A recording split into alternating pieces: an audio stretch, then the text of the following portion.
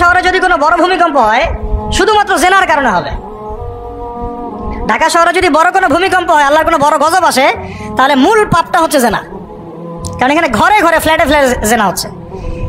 এখন সমকামিতা ছড়াচ্ছে। তারপরে কি হলো, এখন আবার এই যে দেবর ভাবি, ভাবি দেবর, শালি দুলা ভাই, কাজিন, এগুলো চলতেছে। আর সবচেয়ে মারাত্মক এখন যেটা, বাসায় বউ বাইরে আরেকটা মেয়ের সাথে জেনা, বাসায় হাজবেন্ড বাইরে একটা ছেলের সাথে জেনা। এটা ঘরে চলতেছে, ঘরে ঘরে বলবো না, প্রত্যেক ঘরে তো না, আল্লাহ পাক জানেন প্রত্যেক ঘরে না, নিশ্চয়ই আল্লাহর বান্দারা আছেন এই পৃথিবীতে, কিন্তু আশঙ্কাজনক হারে এগুলোর পরিসংখ্যান দিন দিন বাড়তেই আছে, বাড়তেই আছে, বাড়তেই আছে। একটু বোঝাচ্ছিলাম, আজকে থেকে 20 বছর আগের যে পৃথিবীটা আমরা যুব সমাজটা দেখেছিলাম আর এখনকারটা এক না। এখন ওই যে বললাম প্রথমে চিঠি দিত, এখন সরাসরি রেটিং, সরাসরি বেড। এখন ব্রেকআপটা এমন যে আচ্ছা ওর সাথে তো হয়ে গেছে, আরেকটার সাথে। এখন এক একটা মেয়ে, এক একটা ছেলে বিয়ে করার আগে মিনিমাম 4-5টার সাথে প্রেম করতেছে, এবং শুধু প্রেম না, এগুলো শারীরিক সম্পর্ক করতেছে। করার পরে ওই মেয়ে যখন কারো ঘরে বউ হিসেবে যাবে, চিন্তা করেন ওর গর্ভ থেকে কি সন্তান আপনি পাবেন। আর সে কি আপনাকে আপনার 100% ভালোবাসা দিতে পারবে? সে তো আগেই 10 ঘাটের পানি খেয়ে আসছে।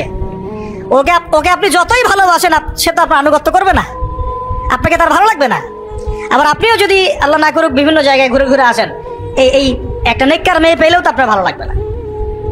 কারণ পর্নোগ্রাফি দেখতে দেখতে আপনার মাথাটা নষ্ট হয়ে গেছে।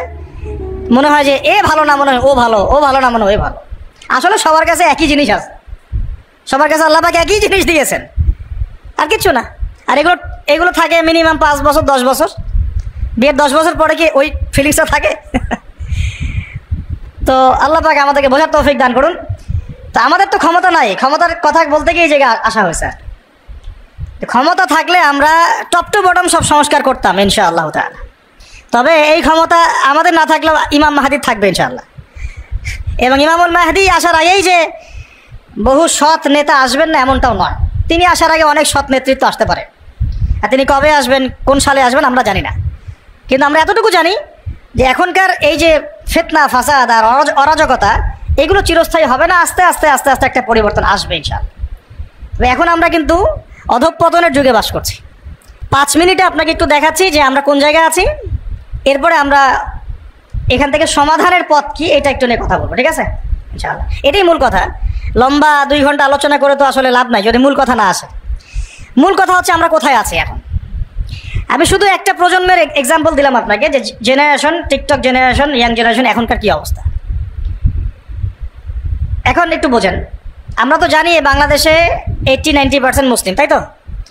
এখন আমরা কোথায় আছি দেখেন, আমরা 80% মুসলিম হওয়ার পরেও, লক্ষ লক্ষ মসজিদ মাদ্রাসা থাকার পরেও, হাজার হাজার আলেম ওলামা থাকার পরেও বাংলাদেশে কোনো ইসলামিক আইন নাই, ফুল স্টপ।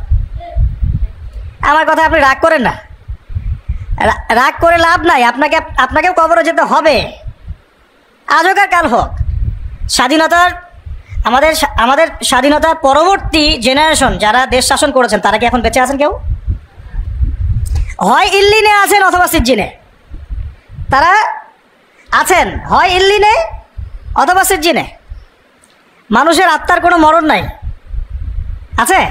নাই। ভালো মানুষ হলে ইল্লিনে চলে যাবে। ইল্লিন কি? আল্লাহ রাব্বুল আলামিন আরেকটা জগৎ তৈরি করেছেন, সৃষ্টি করেছেন। এখানে পুণ্যবান ব্যক্তিদের আত্মাগুলো থাকে, সেখানে জান্নাতের নাজ নেয়ামত ভোগ করতে থাকে, সেখানে জান্নাতি নাজ নেয়ামত সে ভোগ করতে থাকে। যেমন আল্লাহর পথে শহীদ, আল্লাহ পাক বলেন নাই, বলে আচ্ছা কুলেন না কি, সরি একটা বাবা শরীফ সাবেন আল্লাযিনা না, এটা না, তার আগের একটা ওয়ালা তাকুলু লিমা ইউকতালু ফি সাবিলিল্লাহি আমওয়াত। আল্লাহ পাক তো বলেন নাই, সূরা বাকারায় আছেন, ওয়ালা তাকুলু লিমা ইউকতালু ফি সাবিলিল্লাহি আমওয়াত বাল আহইয়াউন ওয়ালাকিন লা তাশউরুন। আল্লাহ পাক বলছেন যে তোমরা আল্লাহর পথে শহীদদেরকে মৃত বলো না, আমাদের চোখে মনে হয় তারা মারা গেছে। তোমরা আল্লাহর রাস্তায় শহীদদেরকে মৃত বলো না, তারা জীবিত। অন্য একটা আয়াত সূরা আলে ইমরানে আছে, তাদেরকে রিজিক দেওয়া হয়, তাদেরকে রিজিক দেওয়া হয়, কিন্তু তোমরা এটা বুঝতে পারো না। তারা কোথায় আছে? ইল্লিনে, এটা একটা জগৎ, ঠিক আছে। আরেকটা হলো সিজ্জিন। সিজ্জিন মানে যেখানে আযাব দেয়া হচ্ছে পাপী আত্মাদেরকে, ওখানেই তারা জাহান্নামের ফ্লেভার পাচ্ছে। ফেরাউন নাম তো শুনেছেন, ফেরাউন এবং তার দলবলকে প্রতিদিন 2 বার, সকালে এবং সন্ধ্যায়, জাহান্নামে থাকার জায়গা দেখানো হয়, আযাব দেখানো হয়। মানে মানুষের আত্মার কিন্তু মরণ হয় না। বলছিলাম যারা চলে গেছেন তারা কি এখন পৃথিবীতে আছেন? অতএব আমার কথায় কষ্ট নেওয়া যাবে না। আমি বলেছি বাংলাদেশে ইসলামিক অনেক কিছু থাকা সত্ত্বেও আমরা কোনো আইন বাস্তবায়ন করতে পারি নাই। আর এটা কোনো পলিটিক্যাল কথা নয়, এটা ধর্মতাত্ত্বিক কথা।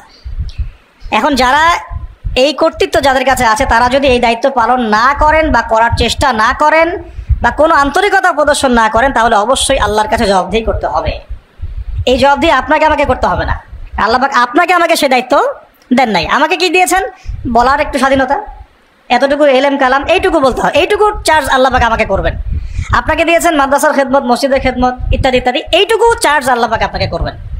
আর আল্লাহ পাক আরও বড় বড় দায়িত্ব যাদেরকে দিয়েছেন তাদেরকে কিন্তু জিজ্ঞাসাবাদ করবেন, কোনো মাফ নাই এটার। আপনারা এই হাদিসটা খুব ভালো করেই জানেন, আল্লাহ কুল্লুকুম রাইন, তোমার প্রত্যেকেই দায়িত্বশীল, ওয়া কুল্লুকুম মাসউলুন আন রাইয়াতিহি, এবং তোমাদের প্রত্যেককেই যার যার দায়িত্ব সম্পর্কে জিজ্ঞেস করা হবে।